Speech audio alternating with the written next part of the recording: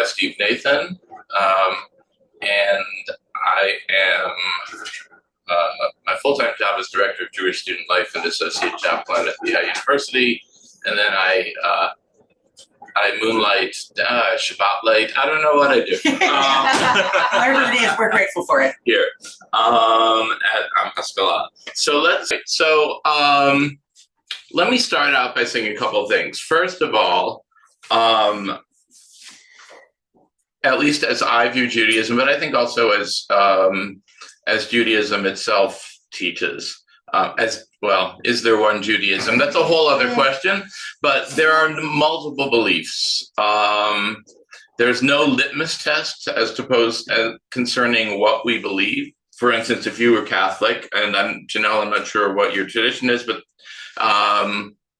in the Catholic Church, there's the Apostles' Creed or the Nicene Creed, and there are other churches also that require, professing one's belief in Jesus, etc. There is nothing like that in Judaism.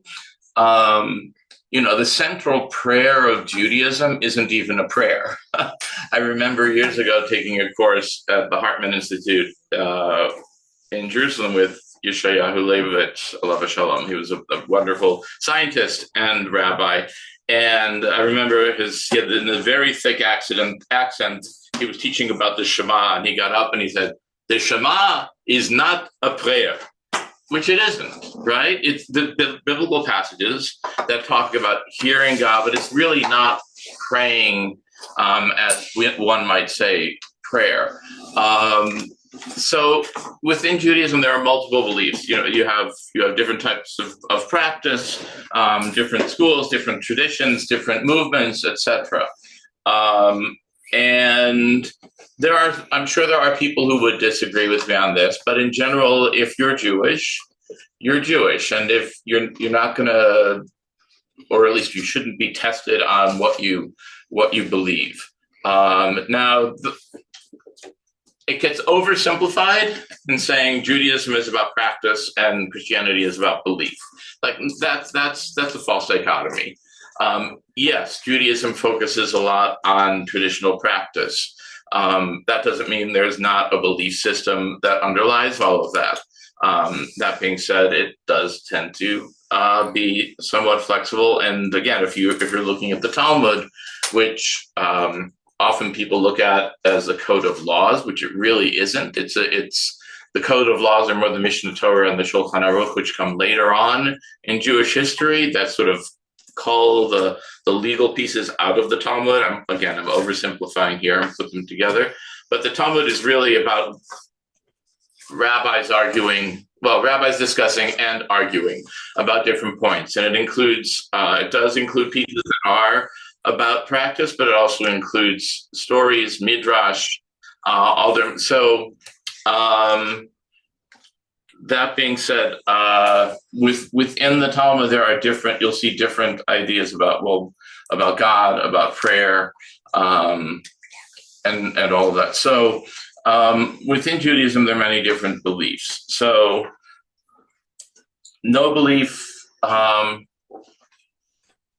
would say the only thing that separates, not the primary thing that would separate would be how, let's say in terms of Abrahamic faiths, how one views Jesus or Muhammad, who are not a part of Jewish tradition. But we're all welcome to share and learn from each other. There are three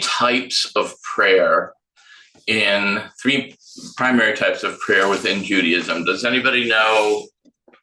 Well, we know we're talking about one type, which is petitionary prayer. When we're asking for something, we're asking for healing, we're asking for something in our lives. What are the other two types? Gratitude, thanksgiving, hoda'ah, right? And those would be things, right? So they're, thanking God for all that we have. And the third type? Well, there's all these prayers of homage to God. Homage or praise, like Hallel, okay? And often praise and thanksgiving overlap each other, but those are the three primary types of prayer. And I think from my perspective, as a Reconstructionist, but just in general, if you, again, I know everybody has their own issues with prayer, but the thanksgiving and the praise, for me at least, are the easy ones. You know, even if I don't totally believe in the sort of maybe traditional theology that underlies them, I have no problem thanking God for everything that we have, however one chooses to define God. And I have no problem thanking or just giving praise. So where I struggle is the use of petitionary prayer, of asking for something. So in terms of basic theology, this is just sort of a Reconstructionist 101, and this will come out a little bit in the article that we're going to be looking at.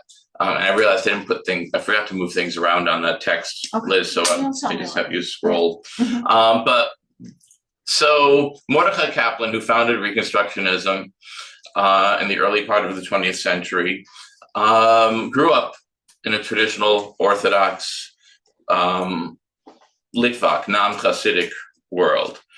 He was an ordained Orthodox rabbi. He's also the founder, many people don't realize, he was the founder of Young Israel, actually, which is interesting, or one of the founders at least.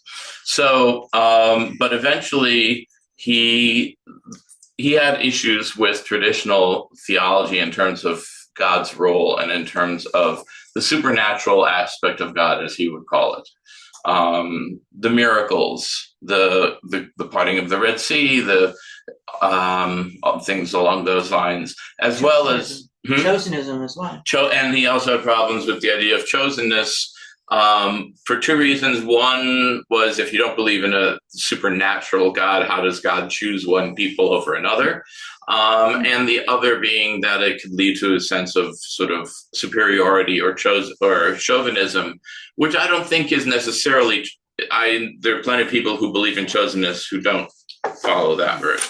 But so those were among the things that he struggled with. So he started the Society for the Advancement of Judaism, which still exists on the Upper West Side. I forget which street in New York. And in some ways, it was modeled after the humanistic school. It was the Society for Ethical Culture. Thank you. The Society for Ethical Culture, which was kind of around the corner, almost. But he did believe that there was some kind of a divine spirit in the universe. I don't know that he would use the word spirit, but he did believe in divinity, but it wasn't the traditional point of view. So he, in 1938, came out with his first Siddur, in which he removed all references to chosenness, all references to miracles, etc., anything supernatural. He took out, and then he replaced them with other things. That was summarily burned by some of the some Orthodox rabbis in particular, and he was put in cherem, excommunicated, set apart from the community in terms of the Orthodox world. And again, there's more than one Orthodox world, but because it was so radical, and yet, especially in the Upper West Side, and New York City, which is a very progressive, intellectual type of community, and they found a sort of for them an intellectual authenticity, for lack of a better word, that they were praying something that they believed in, as opposed to some of the older language that they didn't believe in. Now, jump ahead from 1938 to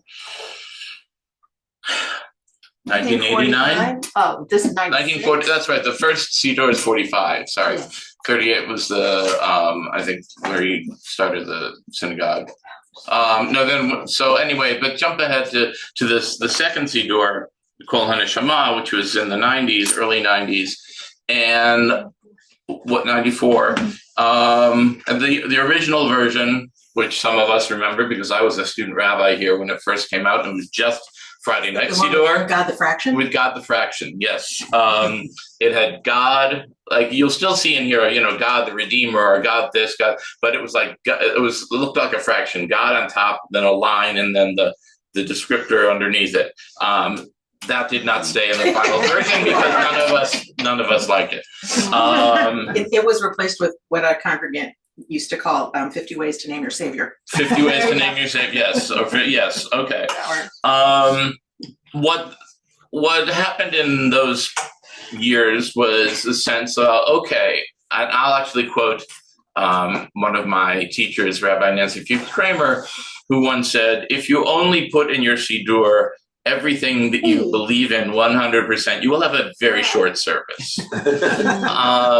There's this whole idea of metaphor, of myth, of all those sort of, and mystical, I think that he, being highly influenced by the intellectual movement in the early 20th century, sort of felt like, okay, if I don't believe this, to be intellectually honest, I have to take it out, as opposed to saying, okay, I don't believe this as a literal truth, but it speaks to me.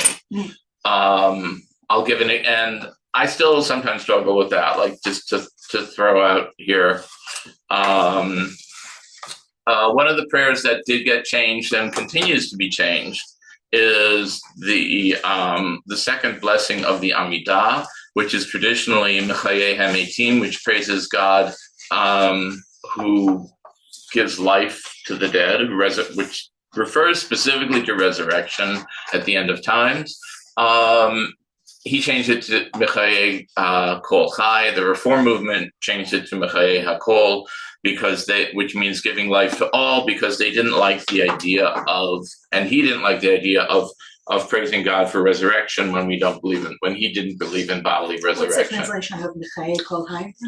Who gives life to all living creatures. And how is that different from the Reform? Mechayeh HaKol, which gives life to all. I remember my biblical Hebrew professor, Alav Shalom, thought that their translation was their phrasing was actually incorrect grammatically, but they're basically saying the same thing. Okay. It's giving life to everyone as opposed to giving life to the dead. Right. Now, for me, when I still have to remember when I'm leading services here, as opposed to going to services across the way in the conservative shul where I go on the other Shabbatot, where they use the traditional, I like the phrasing of Mechayeh Kol Chai, Mechayeh HaMetim, excuse me. And I remember when I was the minyan I used to go to, the Reconstructionist minyan I used to go to in Philadelphia, you would hear people saying different things if I don't believe in resurrection of the dead literally, which I don't, why would I say Mechayeh HaMetim? Why would I say, thank you, God, who gives life to the dead? Because memory is giving life to the dead. Memory is giving life to the dead? Okay. I actually never thought of it that way. I like that, though. It's, that the dead continue on through our remembrance of them. So that's one way of looking at it. What's another way to look at it? You can believe in reincarnation. Well, that's the tradition. Reincarnation. That's a whole other story. Hi, Wilma. So reincarnation does exist as a belief within certain schools of Judaism, especially within Kabbalah and Hasidism. But so that reincarnation is not the same as resurrection, but it's also a supernatural. Well, we won't get into a discussion about reincarnation. That's a whole other thing.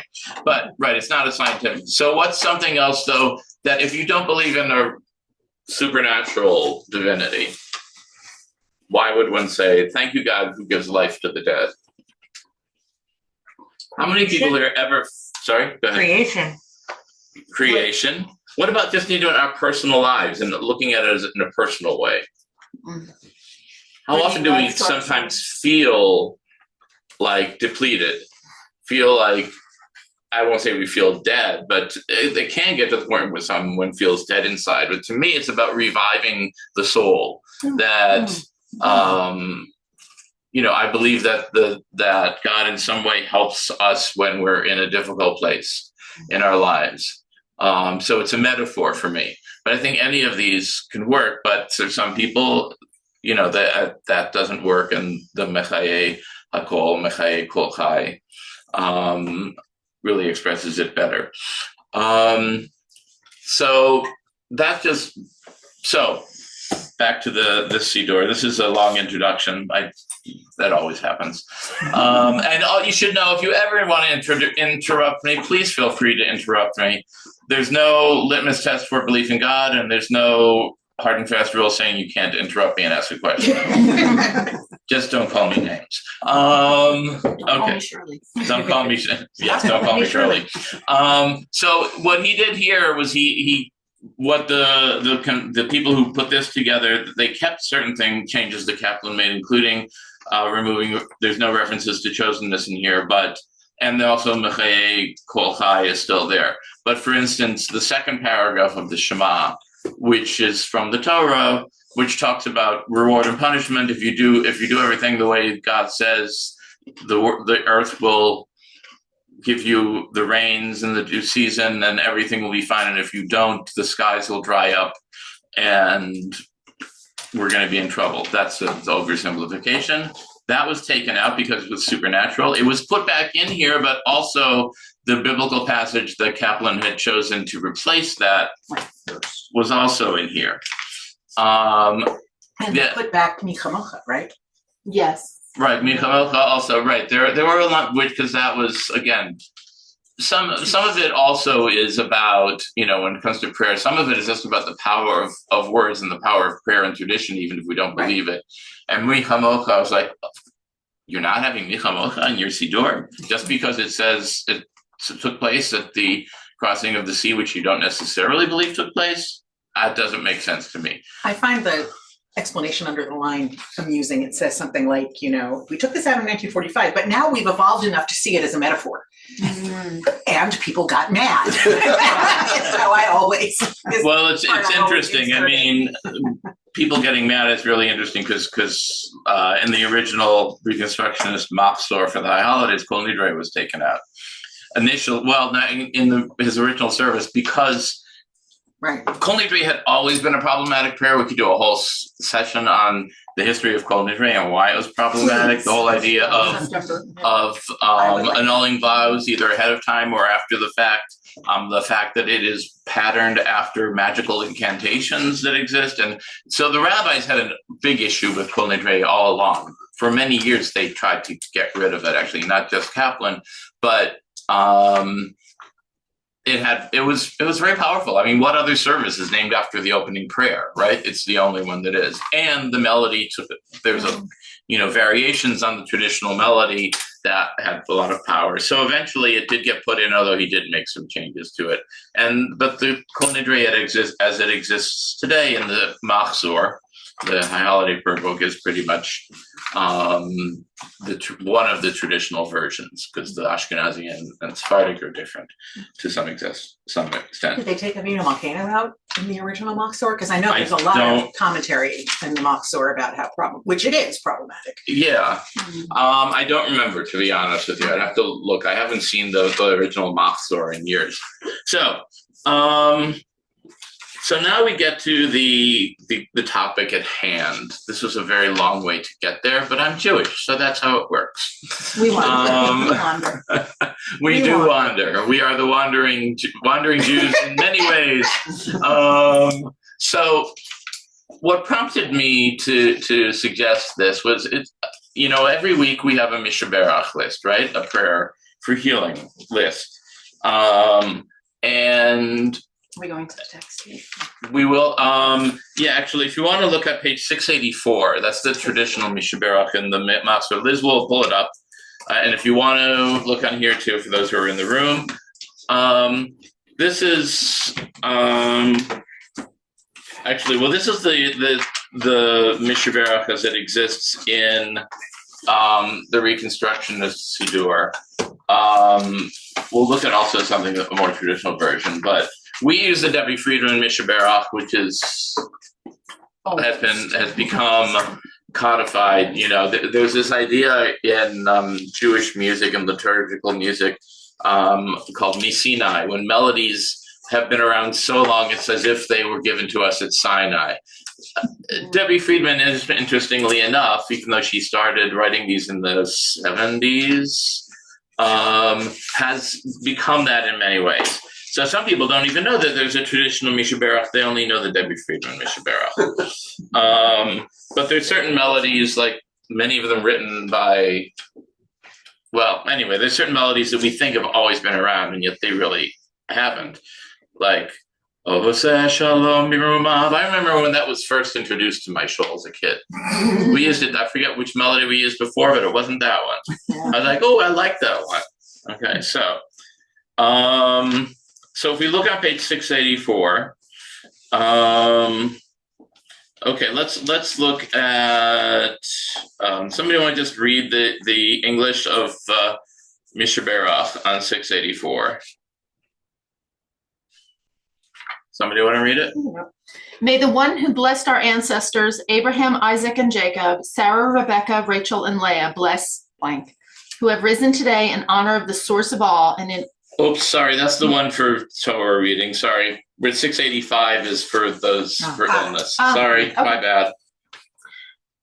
Start over again. May the one who blessed our ancestors, Abraham, Isaac, Jacob, Sarah, Rebecca, Rachel, and Leah, bless and heal the ailing blank. May the healer give him or her support and strength, patience of spirit and courage. May the physician have wisdom and sound judgment for alleviating pain and suffering. And may the sufferer be thoroughly healed in spirit and in body.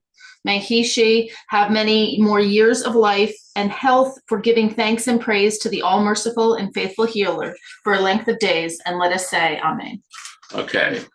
So looking at this, let's just look at the. So we start out, and Debbie Friedman also. We'll look at Debbie Friedman in a few minutes.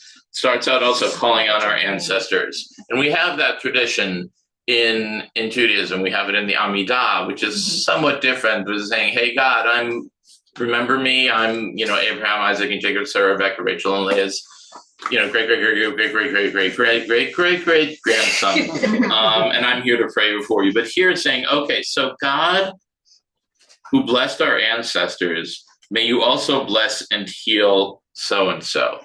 So what are we saying there? What belief sort of underlies that? If you look at it just on the We're worthy of blessing because we come from this tradition. Okay, that we're worthy of blessing, so that's the first thing. So that we're worthy of blessing because we do come from it. Because we come from the tradition of the matriarchs and patriarchs. But what else is it saying? So what did God do for the matriarchs and patriarchs? Bless them. Bless them. And we're asking God to Bless and Heal. So That's petitionary. Yeah. right, that is petitionary. And even though the wording is somewhat different than the traditional, for instance, in the traditional version, it says, even though it is Shabbat or festival, and we're not supposed to petition God on those days, which we're not. It's just supposed to be days of praise and thanksgiving. Even though it is Shabbat and we're supposed to refrain from petitions, we still want to ask for healing because that's important, basically. So here we're saying, what does it mean to say, may God bless and heal the sick? I think traditionally, Go ahead. Go ahead. sorry, traditionally it would mean a direct intervention, like Yeah. Right. Yeah. you're better. Yeah. Okay. Right. But and Dr. Levy. So you're the only doctor in the crowd. I don't know if anyone. Oh, right. Well, I forgot you were there. Sorry, I only see the W. I don't see your face. So doctors, what does this mean to you to say, whether it's this version or the Debbie Friedman version, when we say, may the ones who blessed our ancestors for us? For me, the most powerful thing about the Debbie Friedman version is that it asks for strength for us as healers first. And I probably have a somewhat different view about healing than many physicians do. Because for me, it has nothing to do with curing. And well, actually, it does interesting. Healing and curing are two different things. Oh, I know that, but try telling it to some of my colleagues. Right. Well, that's one reason why in the medical world, why the hospice movement, especially at the beginning, had so many problems, because the whole idea of palliative care and healing meaning making people comfortable so they can die.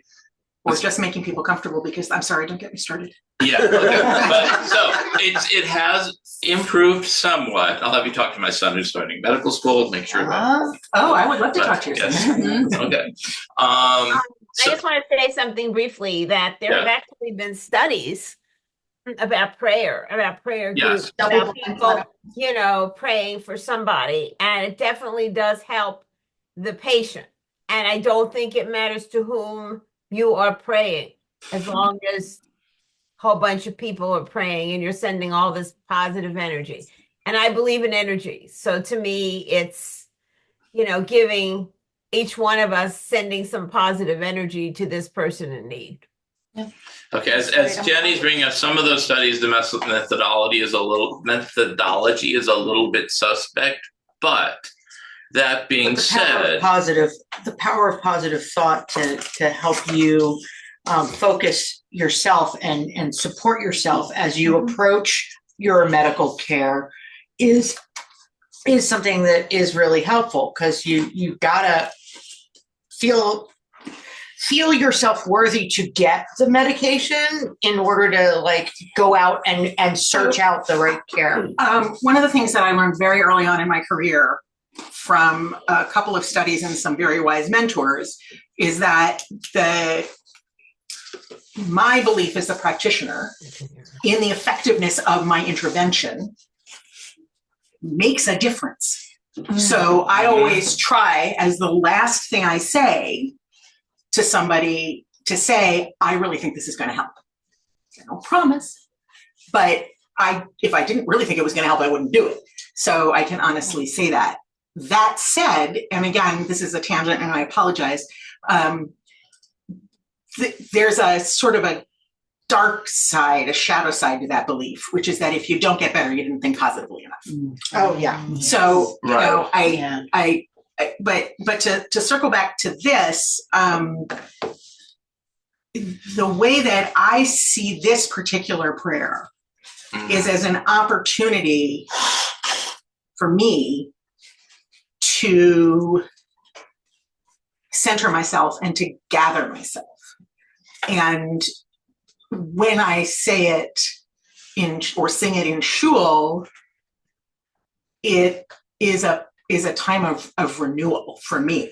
Right. It's I find it really helpful. This and saying Kaddish are two of the reasons I regularly come to shul, because I find them incredibly helpful for me. and then just sort of jumping on what you were saying, I think, saying to a patient or me saying to a congregant or to a friend or family member, I think prayer is going to help. I think this could help you. And if they say, I'm sorry, I don't think it is. It's not my job to convince them, as I said, about belief. We all have our own belief systems. But, even in thinking, so if we say it, one of the traditional beliefs being that God has a plan for us in some way, or that God has something to do with what happens in the world. And that's where Kaplan had a problem, especially although he didn't deal with it as well after the Holocaust, because he was doing most of his writing before. A lot of his original writing, his magnum opus, Judaism as Civilization, 1938, was before the Holocaust. Even though the Siddur was 45, it was still, we didn't start, the American Jewish community didn't start really grappling with the Holocaust until much later. The idea that I'll give you another example. So if somebody says to me, I think the Shoah was part of God's plan and I don't understand it, but I think if a survivor, I should say, says to me, especially, and there are survivors who will say that, and there are others who say, I don't think God had anything to do with this. God was there with those who were trying to heal us and to save us. And God was the that power that supported us, but I don't think that this has anything to do with God's plan. Whatever somebody says, especially if they've been through it, or if they are dealing with the illness, or dealing with any situation in life, whatever system of belief works for them, it's not our job to say, you know what, no, I don't believe that. I would never say to somebody who is, and this is sort of slightly off topic, but no, I would never say to somebody who's dealing with tragedy, oh, this is part of God's plan. But if they say that and that works for them, then I would not argue with it. But there are people who would say that this is part of God's plan, and that just doesn't work. So, but again, the underlying belief there is that there is some kind of a plan, or that God influences what's happening in our world. And that's something that has been debated and discussed, even going back centuries, long before Kaplan. Even Maimonides in the 14th century saying, does God, how much does God actually interact in the world or care about what's happening in the universe? Or is God sort of the unmoved mover, which is sort of a more Greek term? So it's that belief system, and there were other rabbis as well. Kaplan wasn't just this didn't spring fully formed out of Kaplan's head. Yeah. There were belief systems similar to this, but he took it to another level. Anybody on the screen, I want to make sure if you haven't had a chance to say something and you want to, please feel free.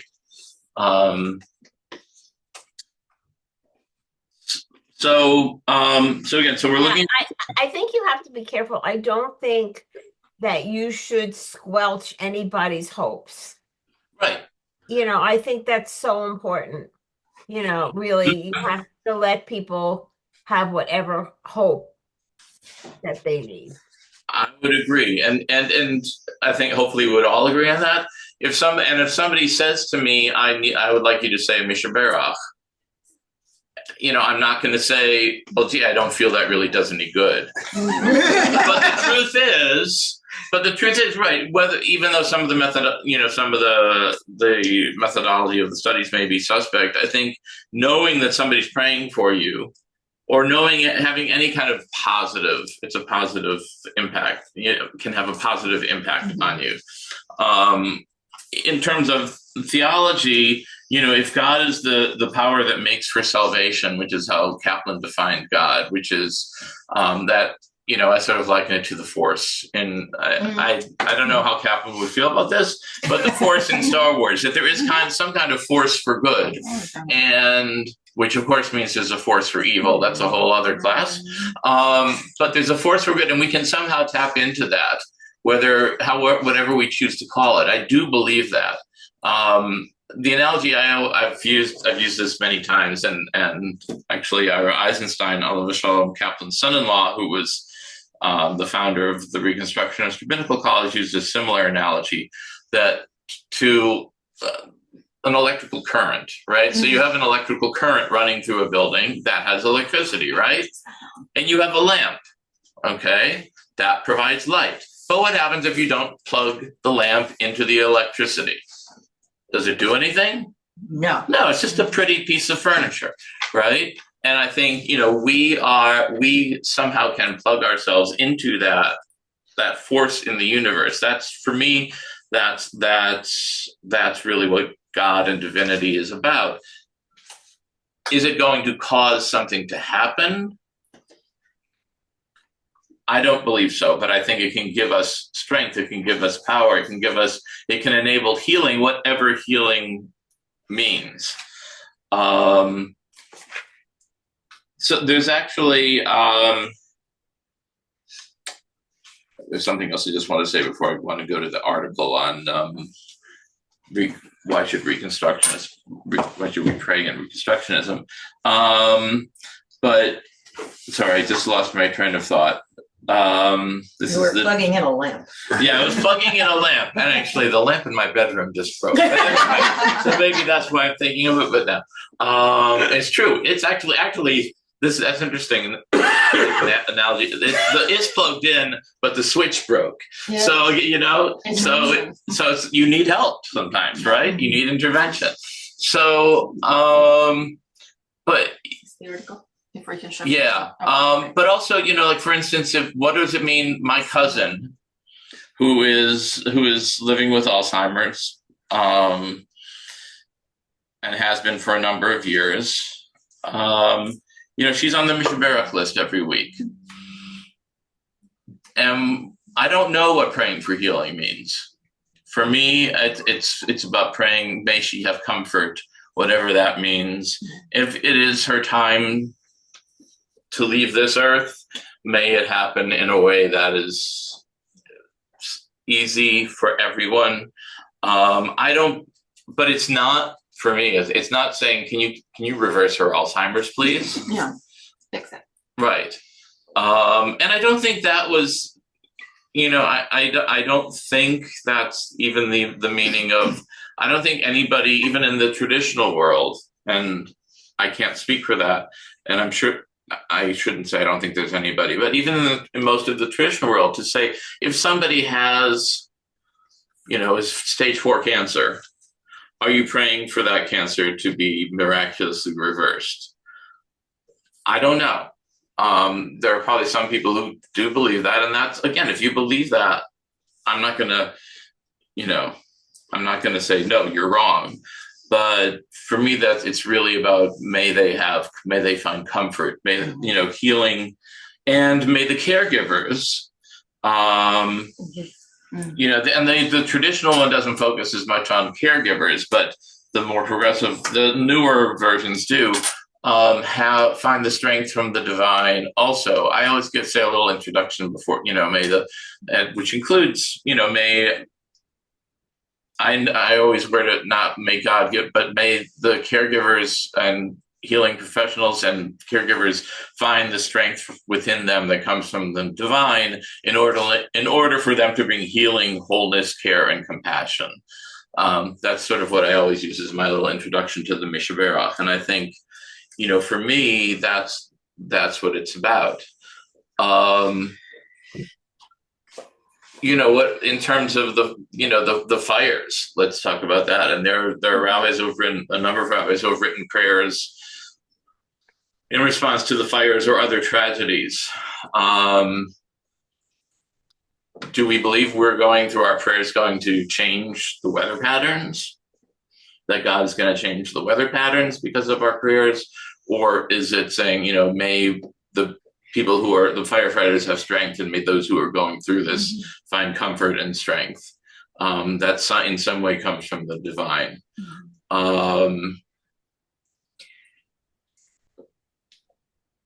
think there's something for me about the fact that we say these particular petitionary prayers, the Mishaberach, the kinds of prayers that you're talking about in times of disaster, that we say them as a community.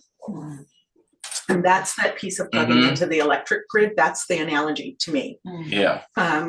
Particularly for firefighters and caregivers and, the people doing the work.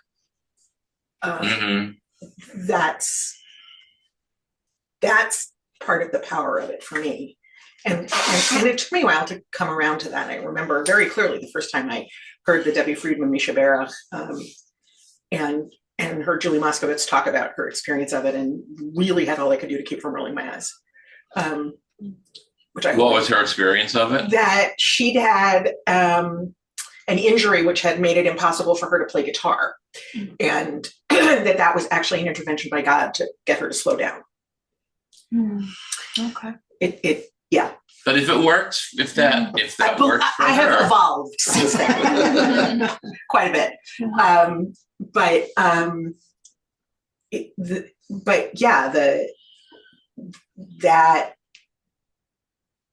The praying in community for me is a big part of the value. I don't, when I pray silently, put in my own petitionary prayer like that. It just isn't how I think I'll pray. And for me, as a scientist in particular, I had a lot of trouble with this for a long time, and my views on it have certainly evolved. But I still really, I don't see anything I don't see anything that would feasibly be imagined to interact with the molecular and atomic things that are going on. How is it? Whether it's in a sick person or a burning tree or whatever. And that's always been a challenge for me. And I spent some time teaching in a Catholic university, so that was an interesting opportunity to talk to scientists who were also Christian brothers, and who were monks, and hear about how they looked at the world. And even they did not see it as they couldn't see it as a direct sort of some kind of supernatural hand of God moving things in the world. And one of the things I learned from them was that Christian theologians for a very long time have rejected that in many ways, because it ultimately, if you take the idea of that clockmaker or manipulator God to its logical conclusions, you lose your free will. And so that doesn't make any sense for pretty much any theologian. And because you have the idea, everybody has the idea that I need to be responsible for my own behavior, right? For my own good works, right? Whether you're Calvinist or Catholic or Jewish. Not if you're Calvinist, actually. Oh no. Yeah. No. Okay. Is there something on the chat there, Liz? Yeah, actually, Joey's an author, and he was saying he likes to ask his characters what they believe in the divine. So kind of analyze where they're coming from. And this character, Yuri, is, for instance, still questioning, but interested in the notion that divine doesn't need to be given a shape. That's a good one. Yeah. One of the things I found very, very helpful in thinking sometimes about this is this idea of predicate theology, the idea that we are creating God, not God creating us. Right. So that was originated by Harold Schulweis, who was a student of Mordecai Kaplan. And he said, it's not so much that God is good; it's that goodness is godly. So that's one way that again, I mean. If God, to me, it's, language sometimes can trip us up, but in the same, to some degree, we're saying the same thing, but in a way that just is more palatable in a way.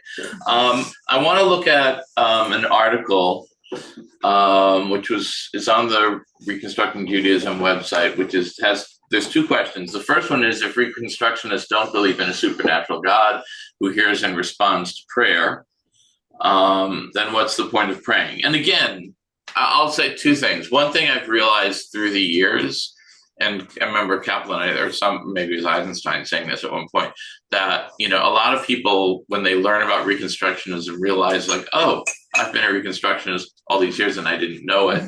But also, there are Reconstructionists who would disagree with this. And again, because, again, like, as I said, I remember when I was in rabbinical school, there were those who were very much, dyed in the wool, very strictly Kaplanian in their belief. Others, such as myself, were very much influenced by Abraham Joshua Heschel, but it was still, I remember once I wrote a sermon, and I wish I still had it, which was called Confessions of a Reconstructionist Kabbalist, or a Kabbalistic Reconstructionist, where I was saying that I believed in the language. I didn't believe in it literally per se, but I believed in the language and the mythology and the metaphors within it in terms of how the universe works. But I digress. Somebody want to read, first of all, let's start with just the general, if Reconstructionists don't believe in supernatural God who hears and responds to prayer, then what's the point of praying? Somebody want to read that? I can. Okay. There is more to prayer than asking God for favors. Although people may be surprised to see Reconstructionists praying using traditional descriptions of God and God's role in the world, prayer has a vital role to play in the life of a Reconstructionist congregation and each Reconstructionist Jew. The Hebrew word for praying Lahitpalel. Lahitpalel is a reflexive verb. That is, it applies to oneself, not to one's actions toward the outside world. Lahitpalel means to look inside yourself. This suggests that even when prayers end with God, they begin with us. We don't know whether prayer can change God. We know that it can often change us. Prayer reinforces values and creates community. In addition, prayer acknowledges that human beings, at least individually, are not the most powerful force in the universe. In other words, prayer helps keep us humble. Prayer gives us an opportunity to deepen our spiritual lives, to increase our connection with God, and to notice spiritual moments when they occur. Prayer is a spiritual practice that helps us become more aware of what we are thankful for and what we are longing for. Prayer also keeps us linked to our history. When we say the Shabbat Kiddush over the wine, for instance, we are saying much the same prayers that our ancestors have said in the same situation for nearly 2,000 years. That is a very powerful connection. And lastly, prayer is a way that we can come together as communities. In times of celebration or in trying times, we look to our community for group support. During the Silent Amidah, the entire congregation faces the same direction and prays together, soundlessly, as individuals, but in a group. This is truly a moment that expresses the intimacy of community. By praying together, we share a sacred time, connect with other Jewish communities around the world, and best of all, we get to sing together. Okay. Any thoughts about that or reactions? Responses, if you agree with it or even if you don't agree with it, that's, like I said, you don't have to agree. The idea that prayer is doing internal work resonates very strongly with me. Same. And it is, lahit palel is a reflexive verb. Reflexive verbs in Hebrew are things we do for or to or within ourselves. And I think there's a big difference in praying as a group versus praying by yourself. I think it's much more powerful. And Judaism certainly has a place for personal prayer. But there are certain prayers that we can't do without a minyan, right? That's why some people, when they say, well, if we don't have a full minyan, we should still do that. Mornis Kaddish is a tricky one because if somebody comes to say Kaddish and there's not a minyan, I don't want them to go away without saying Kaddish. But in terms of other things, we could also say, but we're letting everybody off the hook by saying, you don't have the responsibility to come, so somebody could say Kaddish. That's that's another issue. But I think and also if we're talking about sort of an electrical current or power, the power of prayer, I think there's something about being in the room with other people. I mean, I remember when I've been on silent retreats and I'm in a room with my eyes closed and nobody's talking for a long period of time, and yet I can feel the energy in the room. I can feel that sense of connection, and it's very different than what I feel when I'm meditating on my own.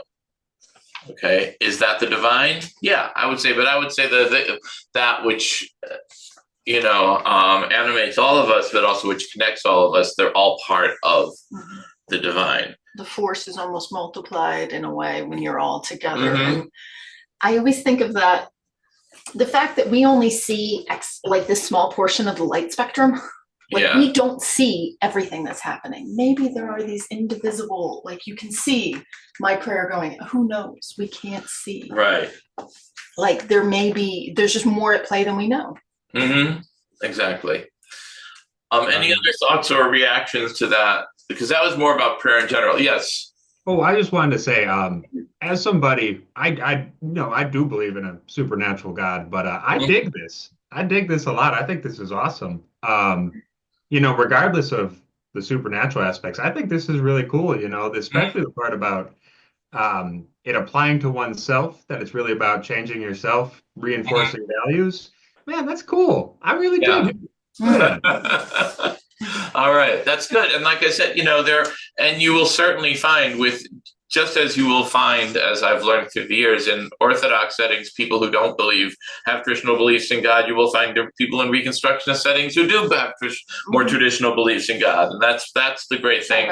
That's what I think is so wonderful about Judaism. Like I said, you don't have to, we can have a specific belief. Okay. Yes. Yeah, Joey was saying, I still question the idea of there needing to be 10 Jewish adults in one physical location.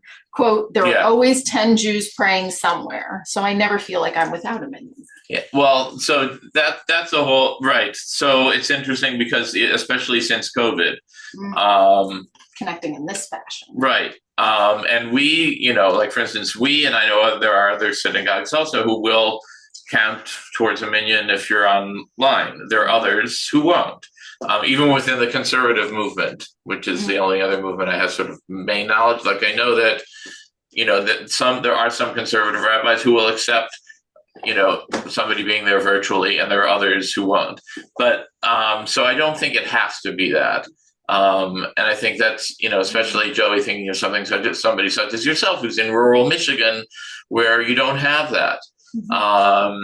And you can't have that physically in the same room, but to be able to find community for someone who is physically disabled or geographically isolated or something like that, to be able to find and search out and enable that is one of the things that as a community we have all thoroughly agreed. And one of the things I love about Reconstructionism is that idea that the community decides that, whether the rabbi is willing to accept that or not.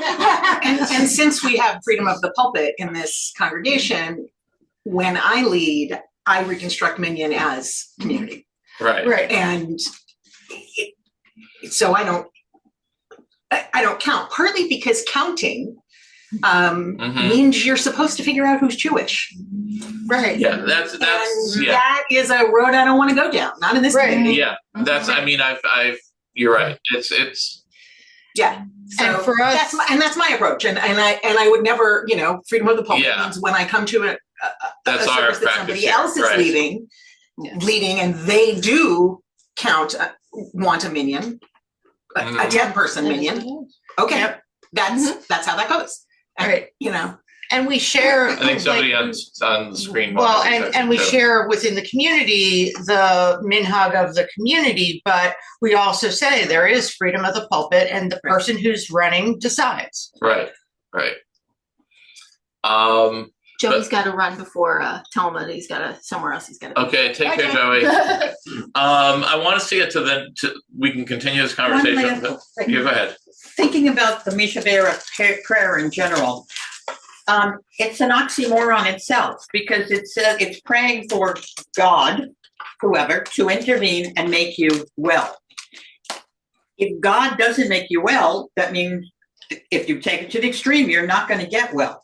But nowhere in Judaism, and I think in most other religions, is there instructions that you only look to God. You can make the prayer, but you better be out there talking to the physician and taking the medication and doing. So it's an oxymoron itself because God isn't the only answer. Right. Yes. And again, the idea of it's not necessarily healing is not the same thing as curing, but also there is that other piece. And Judaism does believe that, we are partners with the divine. God helps those that help themselves. So we're not the equivalent of a Christian scientist, let's say, who believes that God's going to do what God's going to do. They also believe that illness is fiction, so that's a whole separate. Yeah, that's But or others or other there are other religions and other branches that say it's who don't believe in medicine. We believe very strongly in medicine. That's what, we've had Jewish doctors. Maimonides was a doctor, right? So, the other thing, and I didn't bring this up, and then I want to look at the next thing, which is about healing, and specifically, and I know this isn't just about healing, but that's sort of where it becomes most salient, I think, for a lot of people, is we have to be careful. We don't pray for things that even regardless of our belief in God, that there's any control over. For instance, one of the examples given is that, once somebody's pregnant, you don't pray for it to be male or female because it's already been decided. So, right. And that example. So there are certain things, you can't pray for things to be changed that can't be changed. But when you do pray for things that you believe still can be changed, the question is, how does this work for us? And the question of what happened, what do we believe when what we're praying for doesn't happen? As I said before, it's up, I think we have to decide for ourselves how that works with our own theology. I want to look at the next thing somebody wants to read the next piece, which is in the Bible, God can heal people from illness. The first prayer for healing actually is, anybody know who utters the first prayer for healing? Is that Moses from Miriam? Moses from Miriam. El Narafan Allah. Please God heal her when she's stricken with what usually gets mistranslated as leprosy, but skin ailment. So the idea is there. So Jenny, go ahead. In the Bible, God can heal people from illness. Why can't God heal my grandmother? If you look closely at healing stories in the Bible, you will see the important role that humans play in the healing process. God is the source of healing, but it is human beings who initiate the call to healing. Healing also may not mean the prevention of death or even suffering. Healing can come about when human dignity and love are increased in the face of pain. The Bible stories are not so much teaching us how we should expect God to act, as they are teaching us the way people should act. We only have to look at the way a child heals from an injury to see the power of healing in the world. Not sure I quite get that. Yeah. In the book of Exodus, Miriam is healed after Moses prays for her. We, by and large, don't believe in a God that listens and answers. We do see Moses' prayer as a model for how we can express concern. In the Bible, Moses' prayer worked. Miriam got better. For us, praying for healing still helps, but not in such direct ways. Praying helps us focus on what's most important. Prayer helps us to be thankful for what we have. Prayer helps the sick person know she is not alone. Prayer can help lift the spirits of a sick person, even if the prayer itself evokes feelings of anger, sadness, or helplessness. And that's sort of what we've been saying. It is, and to it some degree. Seems far less articulate than the first thing we read. Like it's thrashing around a little bit. Yeah. I think. And I think, what I was saying, like in terms of Moses, would Miriam have been healed without Moses's prayer? We'll never know, right? But maybe wasn't she also stricken as retribution for? Yeah, that's there's a whole other. But even when we pray for healing, would this person get better if we didn't pray for healing? We don't know, but the prayers that we do say can help that person find some kind of healing, whether it's physical, spiritual, emotional. Yeah. It's interesting. When I've added people to the Misha Berach list, friends of mine who were going through something, it's to sort of focus my thoughts about them. Mm-hmm. Even, and I was struck. I have a husband of my oldest friend, and they are Orthodox, went through some health challenges a year or so ago. And I said, if you give me your Hebrew name, I'll put you on our Refuah Shlema list. And he said, oh, no, it's not that bad. Oh, okay.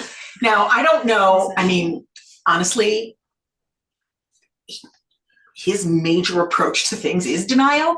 And so that was how I read that. But it also left me wondering if there's some superstition I don't understand about, I don't know. Like if I put him on that, I don't know. I didn't put him on the list because he didn't want to be on the list. But there's no belief that it's going to make you work. I mean, there are interesting, a lot of different traditions. I mean, including one of them, which is changing your name, your Hebrew name if you're ill So because the angel of death will come to you. right. And those are again, do we literally believe that? Some people do. And he's not part of this community, so it wouldn't also have been like revealing, so, which again, I can completely Right. understand. Right, exactly. Some people are, I don't, and if you're using the Hebrew name, people aren't necessarily going to know. Right. That's why I never, if somebody chooses to give the Hebrew name, I never ask for the English because they might not want the English revealed, and that's fine. But right, this idea that sounds to me more like your friend's in denial because that's my certainly feeling, my assessment. because my feeling, and I think the tradition would bear this out, is anything you want to say healing for, again, whether it's refuat hanefesh or refuat haguf, refuat healing of the spirit, of the soul, or healing of the body. They're both included in the traditional Misha Berach as well. And again, and I would include, certainly we include, mental illnesses and all types of illnesses, right? Or trying times, or difficulties. It could just be that somebody's going through something difficult, and if we want to say a Mishnah Berurah for them, we're asking for God to give them some kind of strength. There's no wrong in that. And as a community, we've put things that are not necessarily human on the Mishnah Berurah list and the Kaddish list because it's about us, right? If you are mourning the tree in your backyard or the cat you just put down, it's for you that we say Kaddish. It's not for the thing that is ill in a lot of ways. Well, that's why I would. Sorry, go ahead. That is, it's returning to us. But Kaddish, like Shema, is not a prayer. Right. Exactly. Kaddish is not. We're not asking. Right. So Kaddish is not a petitionary prayer. It is a prayer, but it's a prayer of praise. And so, that's a whole. It's interesting because I know sometimes I remember when I first started. I think it was probably here years ago, and somebody did say a prayer, for a non-human. I at first was like, I felt like that's really weird, to be honest. But now I sort of feel like hey, that's right, because saying the prayer, saying Kaddish is for the mourner. For instance, that's why if somebody is a Jew by choice and their non-Jewish parent dies, you still say Kaddish. You still are because it's for you. And that aspect of having the person stand, so they're kind of identified by the community, so you know who's mourning or needs special care in some way. But in terms of so asking for actually, we don't necessarily need to go back to this, but I think I was looking through, I found on the Reconstructionist website, prayer dealing with gun violence. Prayer dealing, with the we don't have to necessarily show it. That's fine, but we do pray for these things. We pray for an end. We pray for an end to gun violence. Do we believe that God is going to stop gun violence? If only, yeah. But if not, because if that were the case, why hasn't God? But it's God giving us the strength to do the work that's necessary and to fight the fights, whatever that is, whether it's gun violence, whether it's human rights in various forms, whether it's the firefighters in California.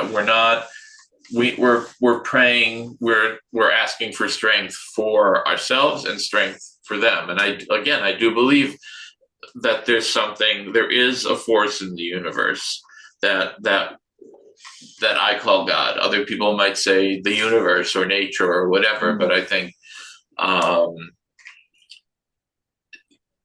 nature, the Kaplan's form of religion or belief in theology, I should say, is sort of called transnatural, that God works through nature, not that God is, it's not that, the tree is not God in the way that, say, in certain other, sort of pagan and other types of religions, but there is godliness in the tree. There is, God, there is something, the divine force that creates. As Ernest used to say, who or what is running the universe?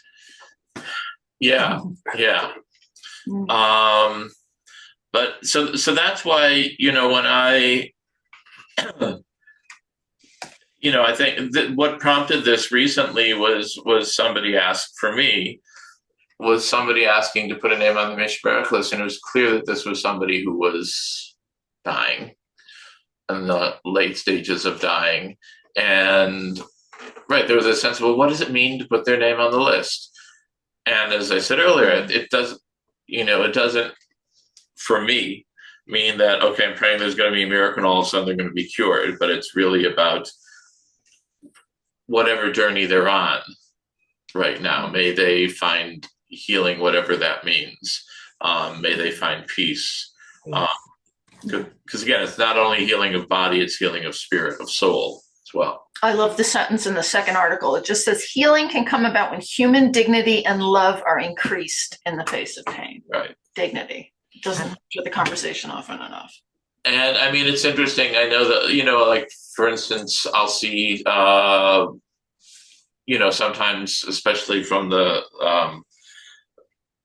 from Chabad and other, say, well, if we do more, if we do more mitzvot or we say more prayers, it's going to cause, well, the bringing about of the Mashiach is one thing, or just certainly, make things happen. That, there's sort of that kind of belief that if we do enough, for instance, peace in Israel, if we just light tefillin enough times or light candles or do other mitzvot, that somehow that's going to make something, make there be peace or change the universe. That kind of sort of, I don't know if transactional is the right word, but transactional. No, exactly right. Yeah. I mean, that doesn't speak to me at all.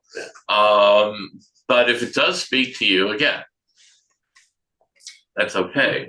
As long as you're as long as you're not relying on the prayer and saying, okay, therefore I prayed for this, or I put on tefillin, or I lit candles, or I did a mitzvah, so then I'm not required, lo alechem, it says in Pirkei Avot, it's not up to us to complete the work, but doesn't mean we're free to desist, So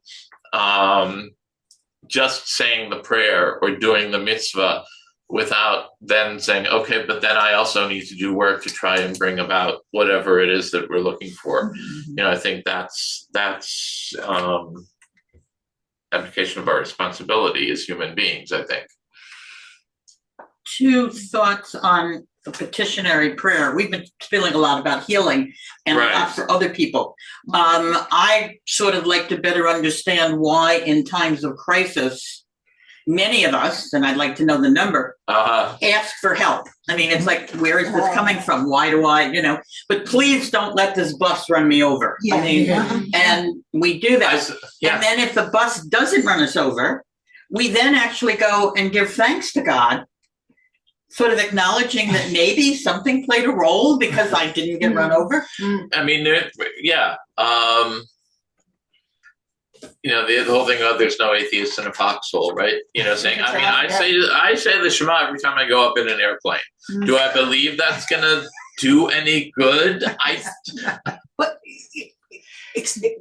apparently you do. I don't know. I think it's something that is that a thing? Oh, I don't know. I think it's just. You feel better. It somehow that makes it's like and it calms you down. Yeah, I just say, may this be a safe flight for all of us. So, and the saying of the Shema, I don't know, I don't know how that got started, but, but I'm praying for may this be, but I don't necessarily think that I'm praying, God, don't make this flight crash. But I think the idea of what if we all, please pray for me because I'm going through or think, dear God, help me. But then why do you say thank you then when it didn't happen? Is what I think Marcia's. Well, I think you're still just saying you're grateful, and it's gratitude. So we're phrasing it within a Bench Gomo. Right. I find that really meaningful. Yeah. And it's in the know, Siddur, mention Gomel, saying really a should prayer have done that after we after. got back from Mexico. Oh, don't get me started. No, we had quite the adventure. Anyway, Okay. but I mean, there is something about. I mean, I'm grateful. I might be grateful specifically to God. I don't really think of it that way. I'm just grateful, and I know that focusing on gratitude, or at least cultivating an awareness of it when I can, is good for my mental and emotional health. So basically, I do it for myself, and I appreciate the fact that our tradition has so many rituals and so many words and so much music for praise and thankfulness. You know, that so that I can get that and the personal piece of it and the connection to tradition.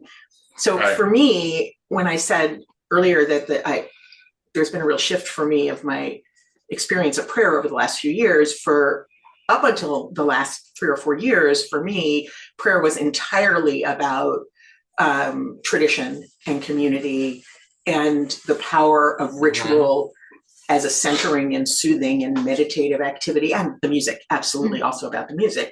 And it wasn't spiritual. I had some vague formed idea about God, but what I said in services had no connection to that. And over the last few years, I've started, I feel like the two pieces of that Venn diagram are sort of coming together and that's really around the praise and thanksgiving, and far less around the petitionary. And I struggle a little bit. I think if I did really believe in petitionary prayer, I might let go of the idea that I can control the outcome of things. That's true too, and that's a good piece of that's important, because it does right that we do play a role, but we're not in control of the universe. Yeah.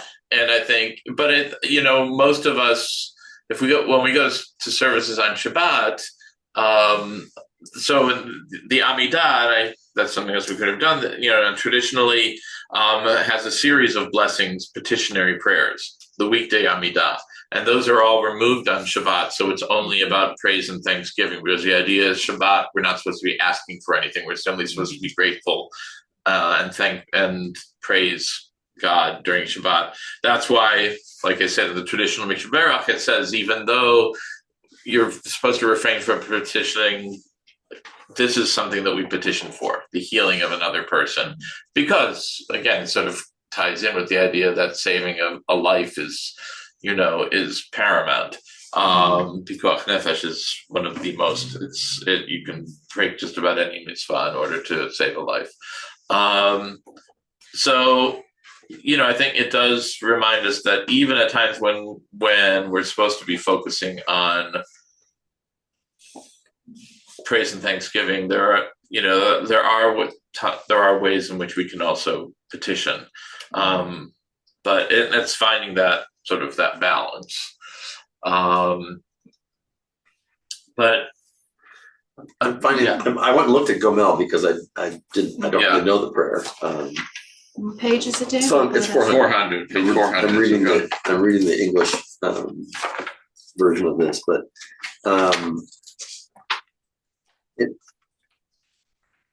blessed are you, abundant one, our God, sovereign of all worlds, who bestows good things on one in debt to you, and who has granted thee all good.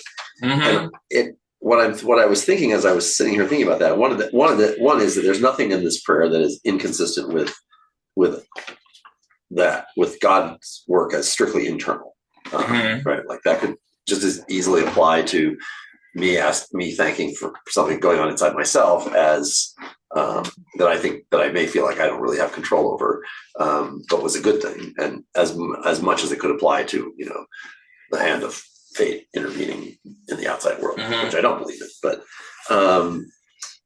I also I was thinking about this idea of it in debt, and I don't know what the Hebrew actually says. I don't know if that's a good translation or not, or a literal translation or not. But that if I'm asking God for things, that's one way of that I might be in debt to God, right?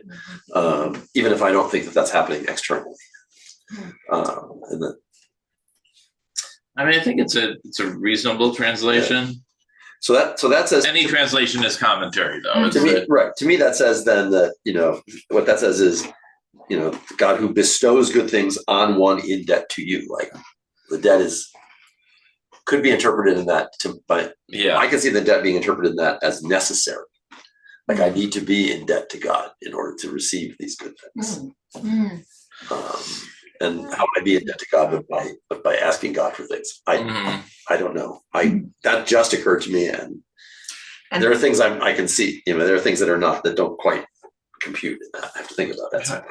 I think that's an important factor for maybe somebody like Janelle and some other folks to understand is that in Judaism, we really do believe that any translation is commentary. Because I think a lot of folks really think that every translation is identified as the exact word, and I think that's really that's not just Judaism, though. I understand that, but I think that really is a fundamental part of how Kaplanian thought and Reconstructionist thought becomes as comfortable with this discussion as anything else, is that idea that we can have this conversation because any translation is right, and that we have as much standing to that commentary as anybody else, which is a lot of part of what I appreciate about Reconstruction Judaism. And as so often in this book, the best stuff is under the line on 401. Oops, sorry. At the mysterious edges of life, we seek the embrace of our community, past and present. This process can build community as news is communicated and support mobilized. Most significantly, it counteracts the devastating possibility of isolation in times of vulnerability. The practice gives voice to gratitude and anxiety in a forum where it can be shared and transformed into connectedness and faith. Sheila Peltz-Weinberg wrote that. Yes. I very pretty much love everything she contributed to. But I love that, at the mysterious edges of life. Yeah.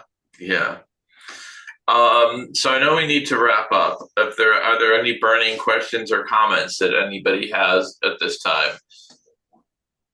I mean, one story we were told, which I'm assuming is somewhat true, when the planes came back from Entebbe with the rescued hostages and whatever else, and the pilot, a very secular Israeli, whatever, was asked, well, how were you able to make this happen? And his answer was, God. So when you have no one else to blame, what does that mean? Does that mean that God wasn't flying the plane, but God gave him the strength to, and that means different things to different people. And I think that's the same thing when it comes to, again, the petitionary prayer. Whether it's a belief that it's actually going to make something happen, or simply that it's asking us to have the strength to connect with the divine. However, whatever works, really is, what matters. And I think there was something that I wanted to say, and that always happens. Does anybody else have any thoughts or comments or questions? I think just what matters in the end is that we find the meaning that works for us in prayer, whether it's petitionary or praise or thanksgiving. Do we give thanks for God for deliverance and good fortune, Gomel? Do we really think that God made that happen, or is it simply just saying, we're grateful right now, and so I want to just have gratitude? And when it comes to gratitude, the way I'm going to express that is through thanking God. And I think so the beliefs run the gamut in terms of that. I think we just need to respect each other. Right, and that's ultimately what it does come down to. Like I said earlier, if somebody says this is what works for me, I'm not going to tell them, sorry, you're wrong. Unless it's something that I think is damaging, but it's not, Right. that's. It used to drive me nuts when people said they would pray for me. I've never had anybody Jewish say that to me ever. So it always, to me, there's a little bit of flavor. I will pray for you to not be Jewish, which makes me really uncomfortable. And some people have explicitly said that, but it's rare. But I've come to appreciate it as the expression of care and concern that I really think is under that. And come to recognize that, But Misha Baruch is praying for you, it is. Yeah. right? It absolutely is. Well, we need to wrap up, but There will be a follow-up email with the text we were showing on the screen and any other links we mentioned. I'll find the links to the articles. And thank you everyone for being here. I really appreciate it. thanks everybody. Thank you. Thank you. Yes. All right, take care. All right, let me stop this. Bye.